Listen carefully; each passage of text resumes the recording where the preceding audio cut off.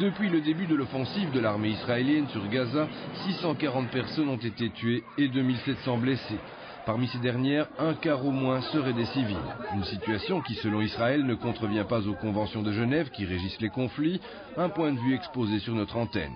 Il n'y a pas d'immunité pour la population civile, d'après la Convention de Genève, la 4e Convention de Genève, article 28, quand des forces militaires se réfugient au centre de population civile. À ce moment-là, on a le droit de riposter, on a le droit de protéger sa propre population. En effet, le Hamas dissimule du personnel militaire, des munitions ou des armes dans le tissu urbain très dense, ce qui est contraire à la Convention de Genève. Mais la réaction d'Israël, au regard des juristes, est disproportionnée.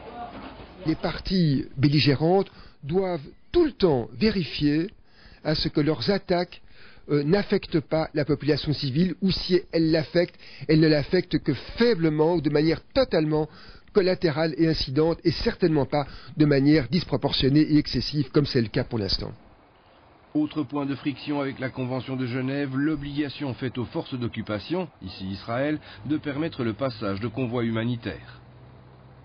Il n'y a aucun doute à avoir sur l'obligation faite à Israël de respecter le droit des populations locales d'obtenir les secours qui sont prévus par la 4e Convention de Genève, que ce soit des secours alimentaires ou des secours en soins médicaux.